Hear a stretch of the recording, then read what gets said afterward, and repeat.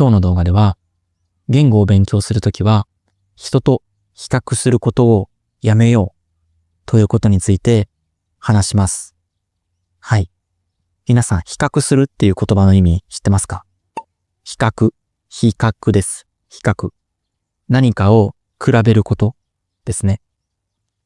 例えば、身長、自分の背の高さを比較するとか、比べるということですね。比較するっていうのと比べるっていうのは、どちらも動詞で同じ意味です。同じ意味です。比較すると比べる。で、最近の人ってみんな SNS をやってると思うんですけど、SNS っていうのは、例えば、インスタグラムとか、Facebook とか、Twitter って名前変わりましたよね。Twitter じゃなくて X ですかね。X とか、YouTube とかも SNS ですよね。ソーシャルメディアのことを SNS っていう風に言います。今の時代、ほとんどの人が SNS を使ってると思います。僕も YouTube やってますから、SNS 使ってますね。で、SNS を使うと、世界中のたくさんの人とつながることができますよね。今の時代、全世界の人と気軽にコミュニケーションが取れると思います。この YouTube もそうですよね。僕の動画を海外の人が見てくれてるので、SNS ってすごいなって思うんですけど、同時にあまり良くないことも起こってると思います。それが、人と常に比較してしまうということです。SNS があると常に人の情報が入ってきて、自分と比べてその人はどうなんだとか、自分よりもかっこいいとか、自分よりも綺麗とか、自分よりも筋肉があるとか、たくさんの人のことを知れるので、常に自分と比べてどうなんだろうって常に比較してしまうと思うんですよね。SNS には自分よりすごい人ってたくさんいるじゃないですか。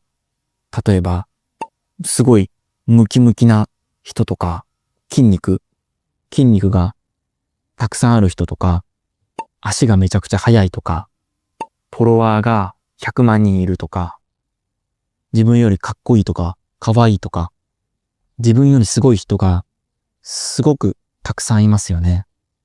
で、やっぱり常に自分よりすごい人を見てると、自分とその人を比べてしまって、すごい悲しくなるというか、自分がすごくダメに見えてしまうと思うんですよ。僕だけじゃないですよね。僕も昔インスタグラムやってたんですけど、自分よりすごい人がたくさんいて、ちょっと疲れてしまったので、今はインスタグラムやってません。やめました。SNS ってメンタルヘルスにすごく悪いと思うんですよね。みんなも思ってると思います。SNS があるから、今の人はすごい常に人と比べて不安になったり、自分はダメなやつなんだとか考えてしまうと思うんですよね。なので、SNS は使い方がすごい大事だなって思うんですけど、特に言語を勉強している人にとっては、SNS は諸刃の剣だと思います。諸刃の剣っていうのは、なんだろうな。まず、剣っていうのは、剣のことです。ソード。人を切ったりする。剣。で、諸刃っていうのが、まず、刃っていうのは、刃のこと。剣とかの包丁で、物を切るところのことを、刃って言います。刃。諸刃の剣っていうのは、持つところも、そういう刃になっている。両方が、刃になっている剣のこと、剣のことを、諸刃の剣って言います。多分、英語でも同じ表現ありますよね。ダブルエッジソードって言いますかね。めちゃくちゃ日本語なまりですね。ダブルエッジソードです。それが、諸刃の剣です。諸刃の剣の意味は、役に立つこともあるけど、同時に危険でもあるっていうことですね。危険、危ない。言語を勉強している人にとっては、SNS は諸刃の剣だと思います。まず SNS のいいところから話すんですけど、SNS を使うと、海外の人ともすごく簡単にコミュニケーションが取れるので、外国の人に連絡して一緒に言語を勉強する、言語交換を行うことがすごい簡単にできます。言語交換っていうのはお互いの言語を教え合うってことですね。あと、僕の動画もそうですけど、SNS では外国語のコンテンツをたくさん見つけることができます。YouTube で日本語って検索すれば日本語のビデオがたくさん出てくるので、それはすごい便利ですよね。めちゃくちゃ便利です。SNS があることで言語の勉強っていうのはすごい簡単になったなって思います。だって昔は外国語を勉強したいなら語学学校に行ったり、それこそその外国に直接行く、留学したりしないと外国語の勉強ってできませんでしたよね。でも今は SNS があるので、学校に行かなくても、留学しなくても言語を学ぶことができます。これは本当に素晴らしいことですね。これがまず SNS のいいところですね。いいところ。で、二つ目が悪いところですけど、これも動画の初めに言ったと思うんですけど、SNS ってどうしても自分よりすごい人がたくさんいるわけで、常に自分とその人を比べてしまうと思います。で、これは言語を勉強する人にとって本当に危険です。本当に良くないです。っていうのも、例えば僕の場合だと、僕今スペイン語を2年間くらい勉強してるんですけど、まだそんなに話せないです。中級レベルですね。そんなに話せることはできません。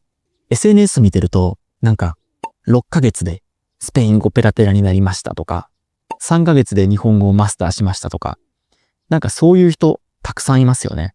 内容が本当かどうかはわかんないんですけど、そういう自分より早く言語をマスターしている人を見ると結構悲しいですよね。